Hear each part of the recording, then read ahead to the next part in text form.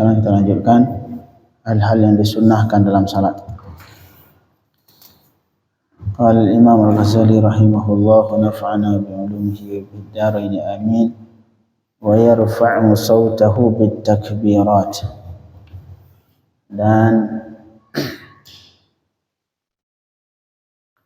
wa yarfa'u sawtahu bit takbirat, dan mengangkat suaranya ketika membaca takbir. Sunnah, enggak salah Allahu Akbar.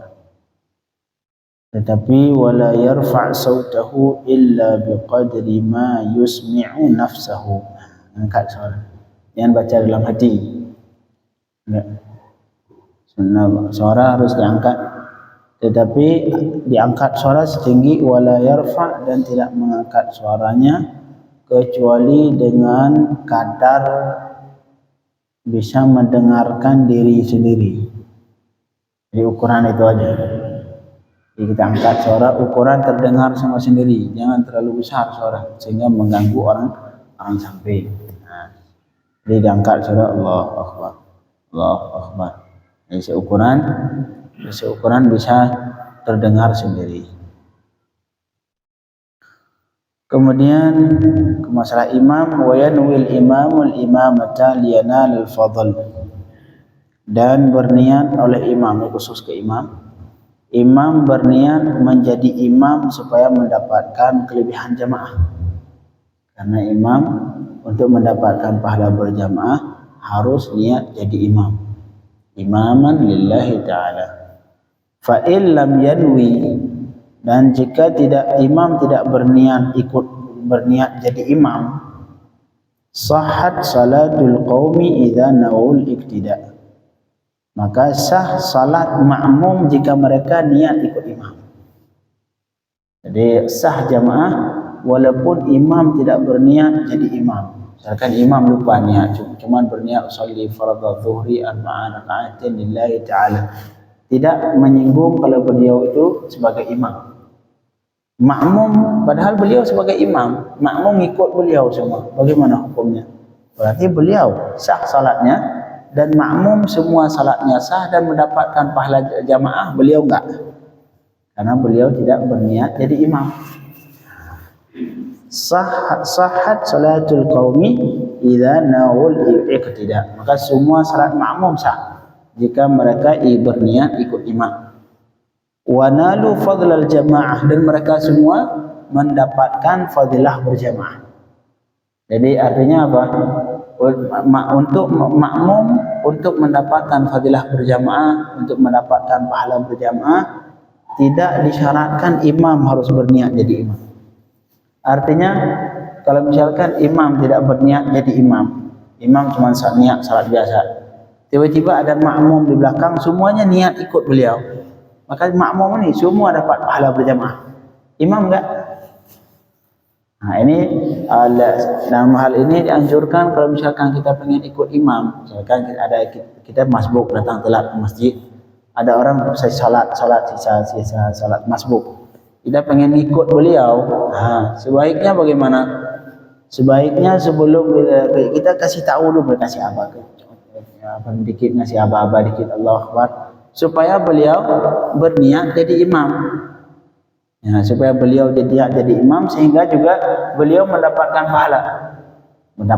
pahala berjamaah. Tapi kalau misalkan kita ikut seseorang, ada orang salat, kita ikut langsung tanpa pemberitahuan, kita ikut dari belakang, Allahu Akbar, saya ikut imam depan, Allahu Akbar. Imam yang kita ikut enggak tahu beliau di belakangnya ada makmum, beliau tidak berniat jadi imam, kita doang yang ikut. Itu bagaimana? Sah salat beliau sah, tapi beliau enggak dapat pahala berjamaah. Sedangkan kita sah salat dan mendapatkan pahala berjamaah. Nah, ini ketentuan. Sahhat salatul qaumi, maka salat makmum semua sah jika mereka niat ikut imam, dan mereka wanalu fadlul jamaah, mereka semua mendapatkan kelebihan ataupun pahala berjamaah, sedangkan imam tidak, karena imam tidak berniat jadi imam. Marhaba. Cara niat lupa, niatkan menjadi imam, Lupa. Kan niat itu kan dari awal. Dari awal. Ke masjid itu niat berjamaah. Jadi tidak istilahnya tidak diucapkan, tapi sudah ada niat itu bagaimana? Kalau sebelum takbir itu bukan niat namanya. Walaupun ada sebagian ulama, termasuk ulama mazhab Syafi'i juga membolehkan berniat, tapi pas sebelum takbir sedikit, jangan masih di rumah. Kalau misalkan masih di luar masjid, enggak. Misalkan kita sebelum takbir sedikit, pas sebelum takbir selesai kita berniat nanti langsung takbir, nah itu ada sebagian ulama membolehkan.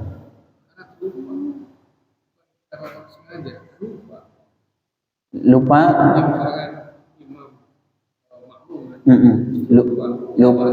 Lupa niat ikut imam gitu.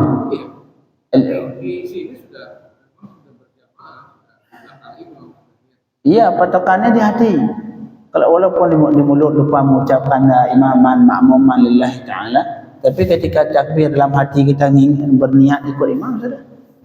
Nah, jadi patokannya di hati. Dan berniat itu yang dianggap, soalnya dalam bahasa Arab ada dua kata-kata. Yang pertama niat, yang kedua azam. Azam itu artinya menginginkan sesuatu sebelum melakukan. Itu bahasa Arab. Azam, walaupun menginginkan juga. Sedangkan niat dinamakan niat dalam bahasa Arab. Yang kata Rasulullah, innamal a'malu binniyat. Amalan itu harus dibarengi dengan niat. Niat adalah berkeinginan sesuatu ketika melakukan. Itu niat. Makanya niat salat ketika takbir, Allahu Akbar. Makanya berusaha sebisa mungkin harus khusyuk ketika takbir. Kalaupun tak sanggup khusyuk semua salat, minimal ketika takbir harus benar-benar fokus supaya menghadirkan niat, membayangkan niat, menghadirkan niat dalam hati.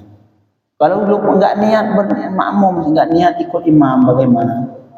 Enggak dapat pahala berjamaah. Dan usahakan niat ikut imam harus di awal salat. Di awal salat. Jangan di pertengahan salat. Udah kita udah rakaat kedua baru niat ikut imam. Enggak, langsung ditakbir di awal salat. Di awal salat makmum, walaupun dia masbuk. Tapi niat ikut imam ketika di awal salat. Kemudian wa yusirru bi du'ail istiftah, dan jangan mengangkat suara ketika baca doa iftitah dan ta'awudz. Ini makmum. Ke imam. Sama seperti salat orang salat sendiri. Jadi termasuk imam juga ketika Allahu Akbar kabira, angkat suara tidak, kecil suara.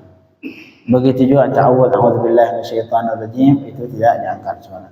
Wa yajhar bil Fatihah. Ini imam sunnah mengangkat suara ketika membaca Fatihah dan membaca surat di ketika membaca surat di dua rakaat yang pertama. Begitu juga munfarid. Orang yang salat sendiri, misalkan bapak salat di rumah, salat isya, misalkan enggak sempat ke masjid, salat sendiri juga buat sunnah mengangkat suara ketika baca Fatihah. Tapi jangan terlalu tinggi yang sekiranya mengganggu orang, enggak juga. Bismillahirrahmanirrahim. Alhamdulillah. Sunnah mengangkat suara, artinya jahar. Jahar itu artinya mengangkat suara. Tapi syaratnya yang tidak mengganggu orang lain. Kemudian wa yajhar biqaulihi amin, dan disunnahkan menjahar mengangkat suara ketika mengucapkan amin di salat yang jahar. Salat jahar itulah salat maghrib, salat isya, salat subuh. Sunnah baca amin, dan amin harus besar suara. Walaupun sekarang orang-orang sudah takut baca amin karena takut menang Anies, akhirnya enggak boleh baca amin. Enggak seperti itu juga. Salat ibadah, enggak ada hubungan dengan politik.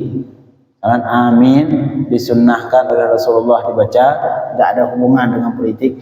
Baca doa amin. Walaupun misalkan kita pro Prabowo ataupun kita pro Ganjar, amin bagaimana baca amin mendoakan, enggak ada hubungan dengan politik. Salat sebelum pemilihan presiden kita sudah disunnahkan baca amin. Nanti selesai pemilihan, sudah menang siapa yang menang, yang takdir semua Allah, tetap masih disunnahkan baca amin. Jadi amin tidak ada hubungannya dengan politik. Marhaban. Amin tidak ada hubungannya dengan politik. Mau kita pro Anies, kita pro Ganjar, kita pro Prabowo, tetap yang amin sunnah dibaca. Amin tetap sunnah dibaca. Marhaba. Amin sunnah, dan amin sunnah ngangkat suara. Wa kadzalikal ma'mum, begitu juga ma'mum. Ma'mum walaupun tidak mengangkat ketika membaca Fatihah tidak besar suara, tapi ketika membaca amin bareng-bareng imam, sunnah amin bareng-bareng imam. Wa yaqrunul ma'mum ta'minahu bi ta'mimil imami ma'an la ta'qiban, dan ma'mum ta'min yang membaca amin harus berbarengan dengan ta'minnya imam. Jadi amin bareng-bareng. Jadi amin bareng-bareng. Jangan ditunggu imam dulu, ntar selesai imam baru kita amin. Tidak. Jadi amin ma'mum berbarengan dengan aminnya imam. Ketika imam langsung kita mulai amin. Nah, bareng-bareng. Jadi ma'an artinya berbarengan. La ta'qiman artinya tidak ditunggu ketika imam selesai dulu baru kita setelahnya. Enggak, harus sekaligus sama imam. Wa yasqutul imamu saktatan aqibal Fatihah, ini khusus ke imam. Dan sunnah bagi imam untuk diam sejenak setelah membaca Fatihah. Waladhdallin amin. Nah, imam saat itu sunnah berdiam sejenak. Berdiam sejenak. Artinya liyuthuba ilaihi nafsu, supaya hati jiwanya nyaman. Tapi kalau waladhdallin amin, bismillahirrahmanirrahim, capek, tunggu istirahat dulu. Amin, udah capek-capek tadi baca Fatihah, diam sejenak untuk istirahat dan untuk menenangkan hati. Terutama kalau misalkan kita imam pengen baca surat dia masih goyang-goyang. Nah, bisa saat itu dalam waktu sejenak itu bisa murajaah sedikit. Qul ya ayyuhal kafirun wa la ta'budun. Ingin murajaah sedikit ayat yang akan dibaca setelahnya. Nah, sunnah. Jadi sunnah berdiam sejenak. Yang pertama untuk menenangkan hati, menenangkan jiwa kita sehingga ketika membaca surat dalam keadaan nyaman.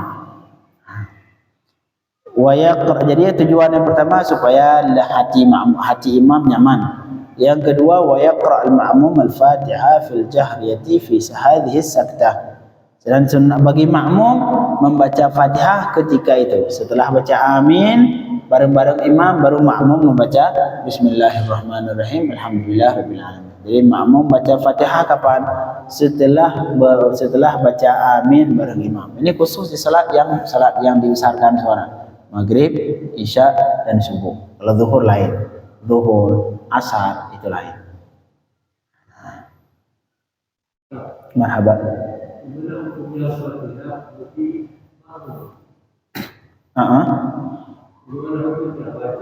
Wajib. Makmum wajib baca Fatihah. Walaupun ada hadis al-imam dhamin, imam menanggung Fatihah makmum. Itu ulama mengartikan hadis ini imam menanggung Fatihah makmum yang masbuk.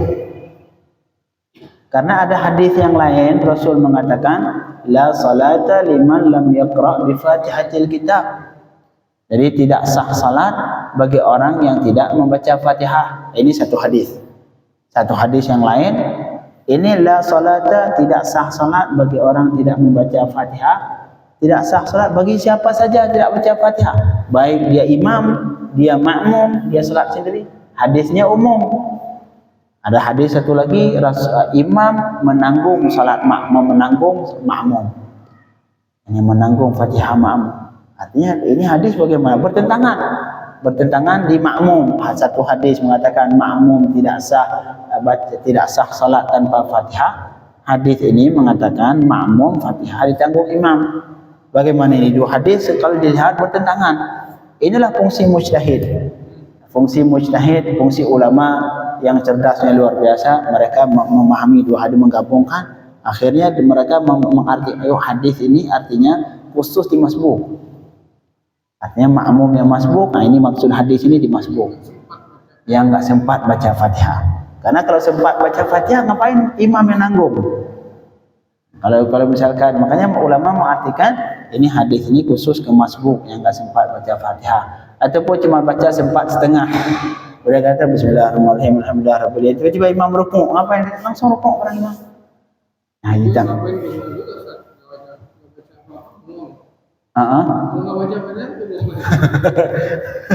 Ya, harus.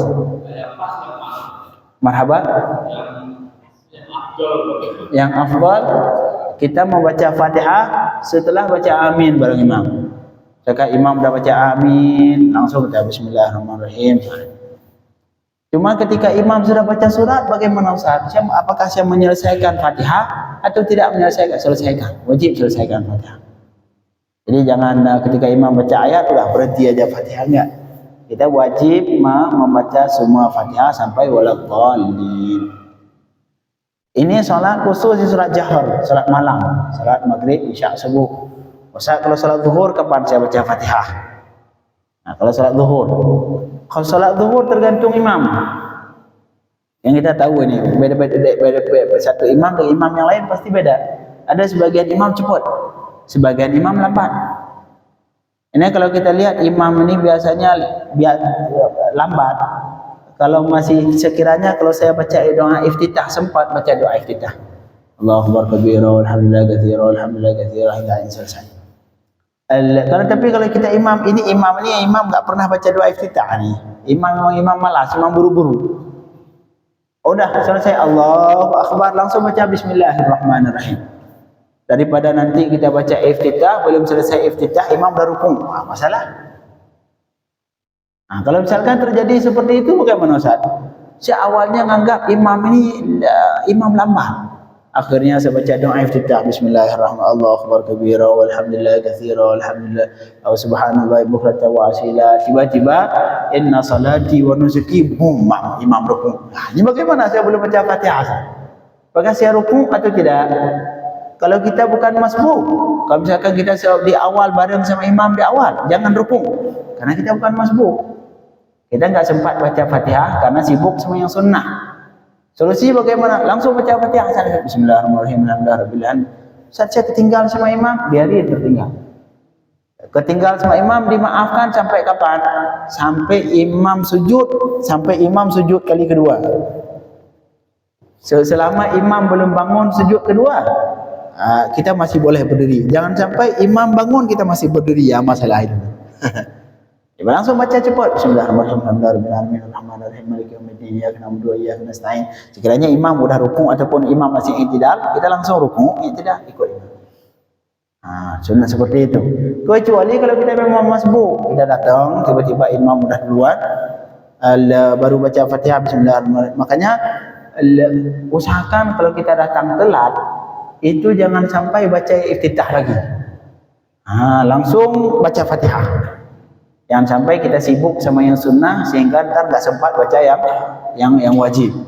Jadi kalau misalkan kita masbuk, kita datang imamnya sudah duluan, langsung Allahu akbar, Bismillahirrahmanirrahim, alhamdulillah, baca Fatihah langsung. Baca Fatihah. Nah, itu tujuannya apa? Supaya kita tidak keburu-buru. Ntar lagi baca sunnah tiba-tiba imam rukuk. Masalah. Jadi kesimpulannya kalau ke sholat yang siang, sholat zuhur sama asar, itu kita lihat imamnya bagaimana. Kalau sekiranya ini imam lambat dan kalau misalkan kita baca iftitah sempat, silahkan baca iftitah, baca Al-Fatihah.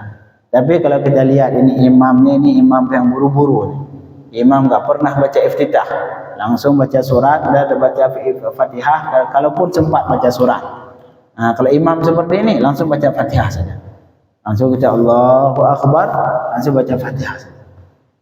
Takut tak seperti tadi. Takut kita baru baca iftitah belum selesai, imam sudah rukuk. Jadi kita harus kalau sudah tahu kriteria bentuk tata cara imam salat ini. Marhaba.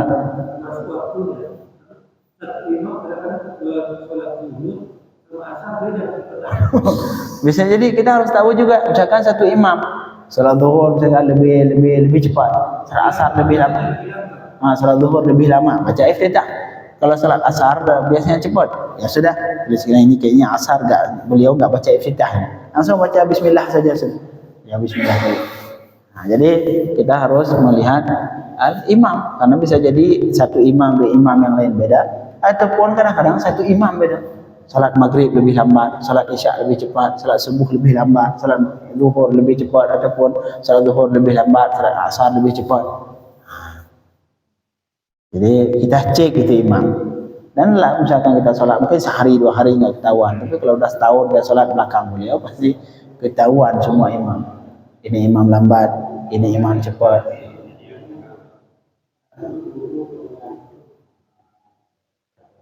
Jadi ini kalau solat sirriyah, ataupun solat zuhur sama solat asar. Tapi kalau maghrib mah ma'ruf. Maghrib karena imam pasti baca Fatihah besar, suara terdengar semua. Jadi kembali ke sini, bagi makmum dan bagi imam sunnah berdiam sejenak setelah membaca amin. Amin. Diam dulu sejenak, jangan langsung baca surat kalau kita jadi imam. Tujuannya supaya makmum sempat membaca Fatihah dalam jangka ketika diam tadi. Marhaba. Kalau sujud sajadah.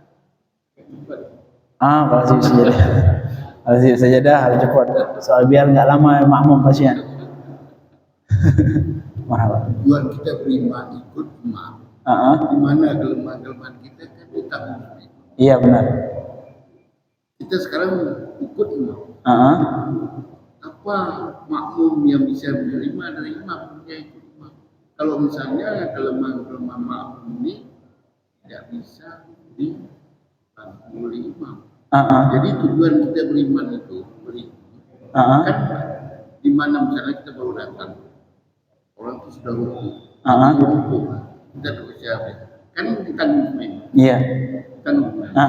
Masbuk. Yang lain-lain kan ada juga yang harus dibantu, enggak ada. Yang dibantu sama imam termasuk banyak hal yang dibantu sama imam. Termasuk kalau misalkan kita makmum kagak ada yang khusyuk, imam khusyuk, semua diterima solat sama Allah. Jadi fadilah berjamaah ini besar. Jadi kemungkinan diterima salat orang yang berjamaah dengan orang yang tidak berjamaah ini lebih besar. Karena walaupun kita misalkan semua enggak khusyuk, disebutkan dalam hadis salat yang berjamaah ini mungkin saya sudah pernah sebutkan di masjid. Kalau Allah melihat imam, kalau imamnya khusyuk, semua diterima. Kalau misalkan imam enggak khusyuk, imam juga lagi enggak tenang pikiran, enggak fokus. Rakaatnya kadang-kadang 3, kadang-kadang 4, kadang-kadang 5, ataupun Fatihahnya balik-balik, artinya enggak khusyuk. Maka dilihat semua makmum. Kalau ada satu aja makmum yang khusyuk, semua diterima saja. Kalau misalkan tiba-tiba dilihat imam enggak khusyuk, makmum enggak ada yang khusyuk, juga diterima sama Allah. Udah jauh-jauh mereka dari rumah ke masjid, ya sudahlah. Dengan mereka sudah mau berjamaah, artinya sudah usaha, akhirnya diterima dengan berkat jamaah. Walaupun semuanya enggak khusyuk. Pahala jamaah dan solat diterima sama Allah Subhanahu wa taala. Kalau kita solat sendiri ada kemungkinan kurang khusyuk, udah bermasalah. Hanya ini pahala jamaah enggak dapat. Dan kalau semakin subhanallah. Dan kalau misalkan kekurangan, ada sedikit kekurangan, ditanggung sama imam. Berat jadi imam. Karena imam ini harus benar-benar menguasai, terutama dalam perkara yang menyangkut tentang salat.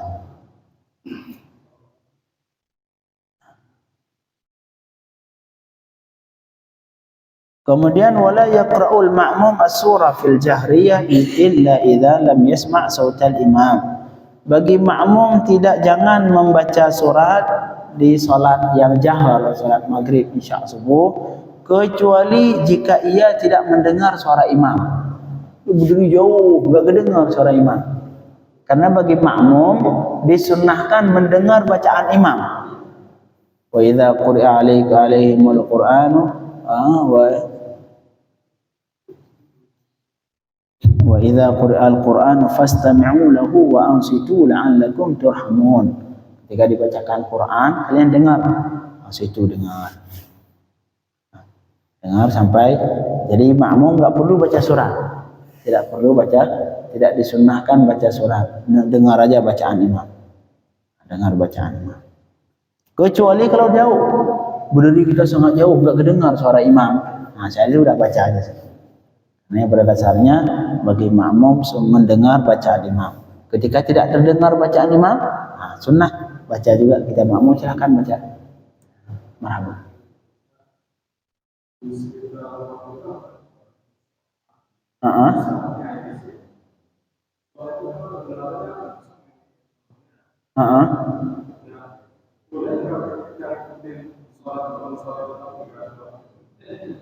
Kita di rumah gitu. Kalau di rumah ada ketentuan jamaah. Jadi syarat jamaah yang pertama, jarak kita dengan akhir saf pertama tidak lebih dari sekitar 150 meter. Itu yang pertama. Kemudian syarat yang kedua, kalau misalkan kita gerakan makmum terlihat, kita tahu gerakan imam. Nah, salah satu syaratnya kita tahu gerakan imam. Yang selanjutnya, kalau misalkan kita pengen ke tempat imam bisa. Paham saya Pak? Artinya misalkan kita rumah di sini. Kalau misalkan tiba-tiba imam batal, kita pengen ke tempat imam ketika lagi sholat bisa. Artinya pintu nggak kunci. Tapi kalau nggak ada penghubung dari rumah kita ke masjid, ataupun ada misalkan musala di sini, rumah kita di sini, ataupun ada penghubung tapi harus mundur ke sini nih, baru ke sini ke masjid, nggak boleh. Makanya kalau misalkan imam di sini sholat, itu makmum yang di depan harus mundur dulu baru bisa masuk ke depan imam. Nah, jangan. Jadi itu kembali ke ketentuan berjamaah, Kalau cukup syarat boleh.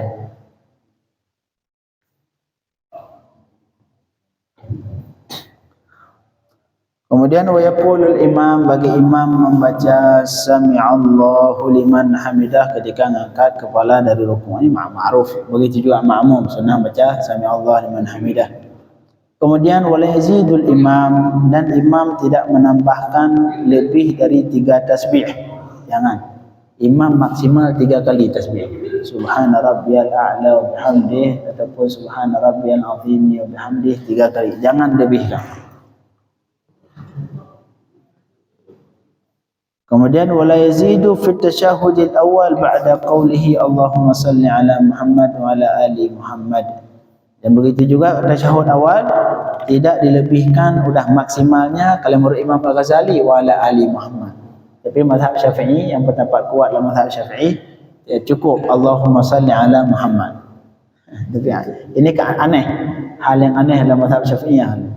Imam Ghazali tidak sampai wa ala ali Muhammad. Kemudian wa yaqtasir fi rak'atain al-akhiratain al-Fatihah. 2 rakaat terakhir, rakaat ketiga, rakaat keempat tidak baca surat lagi. Cukup wala dhalin amin, langsung rukuk. Jadi yang sunnah baca surat cuman rakaat pertama dan rakaat kedua. Rakaat ketiga, rakaat keempat tidak disunnahkan baca surat. Enggak sunnah baca surat. Tapi kalau ada yang baca gimana? Sah, enggak batal. Misalkan kita berjamaah terus kok kayaknya di zuhur sama asar di rakaat ketiga sampai 4 itu kalau kita kira-kira itu kayaknya lama gitu. Kayaknya sampai baca-baca surat. Kayak baca surat gitu. Itu gimana? Ya kalau misalkan baca juga kita baca surat di rakaat ketiga, batal salat? Enggak batal salat. Karena dalam salat yang tidak boleh berbicara. Kalau baca Al-Qur'an boleh, walaupun bukan pada tempatnya.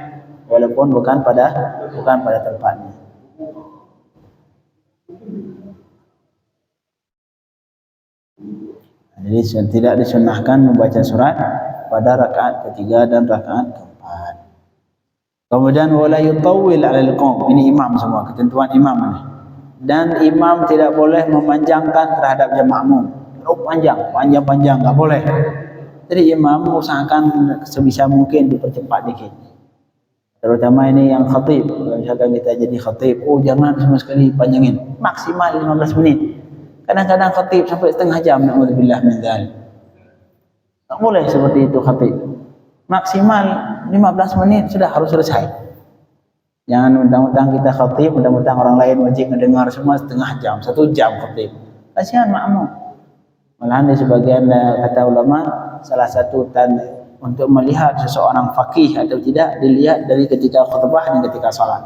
Salat Jumat terutama, itu yang sunnahnya khutbah pendek, salat panjang. Terutama salat Jumat. Salat Jumat yang seharusnya yang sunnah Rasul sallallahu alaihi wasallam khutbah pendek, salat yang panjang. Kalau sekarang tidak, yang terjadi sekarang kebalik.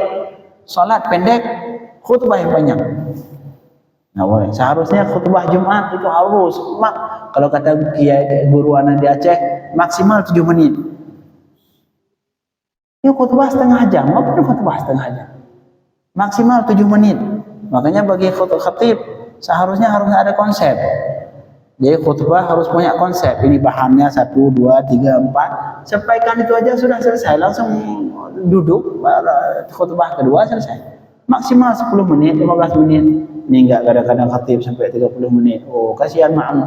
Makmum mendengar atau tidak? 1% mendengar, lain tidur semua.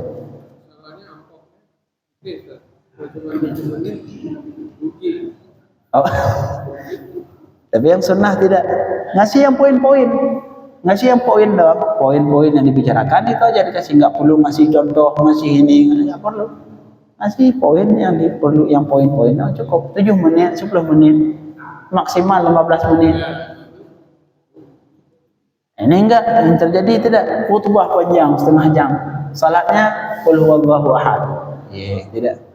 Dan Jumat itu yang sunnah Rasul sallallahu alaihi wasallam, khutbahnya pendek, salatnya yang panjang. Harusnya.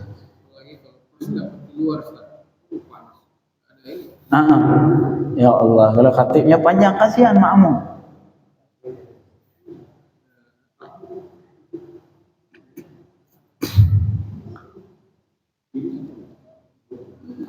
Kemudian makmum imam juga wala yazidu, masih panjang. 5 menit. Wala yazidu, dan imam jangan memanjangkan terhadap doa di tasyahud akhir melebihi kadar tasyahud. Jika imam pengen baca doa ini, innaka hamidum majid, pengen baca doa setelah itu kan sunnah baca doa. Itu bagi imam jangan sampai baca doa terlalu panjang. Tak boleh. Maksimalnya baca doa apa? Doa yang pertama kita yang sebutkan kemarin. Yang pertama, Rabbi Allahumma ghfirli warhamni Allahumma ghfirli ma qaddamtu wa ma akhartu wa ma asraftu. Itu yang pertama. Kemudian doa yang kedua, Allahumma tsabbit qalbi ala dinik. Doa yang ketiga, Allahumma inni a'udzubika min adzabil qabri min adzabin nar. Doa yang keempat, Rabbana atina fid dunya hasanah. Nah, itu aja. Marhaba. Wajib itu. Itu doa maksimal. Janganlah tambahin lebih dari itu. Karena bisa kasihan makmum. Jadi imam juga harus memperhatikan kondisi makmum. Kemudian wa yathbut, dan berdiam sejenak oleh imam hatta yafrahun nas minas salam. Sekarang imam bersalam ini semua ketentuan terhadap imam. Yang bukan buat bapak, buat saya nih yang jadi imam. Assalamualaikum warahmatullahi wabarakatuh. Assalamualaikum warahmatullahi wabarakatuh. Jangan langsung balik. Imam berdiam dulu sejenak sekiranya menunggu selesai salam makmum. Jadi jangan misalkan imam menghadap ke sana, tiba-tiba udah menghadap makmum, imam lagi salam. Gini makmum lagi salam. Jadi tunggu imam berdiam di tempatnya. Assalamualaikum warahmatullahi wabarakatuh. Assalamualaikum warahmatullahi wabarakatuh. Berdiam dulu kira-kira makmum sudah selesai 2 kali salam, baru beliau balik badan. Jadi imam jangan balik badan dulu kecuali menunggu dulu ketika selesai makmum salam.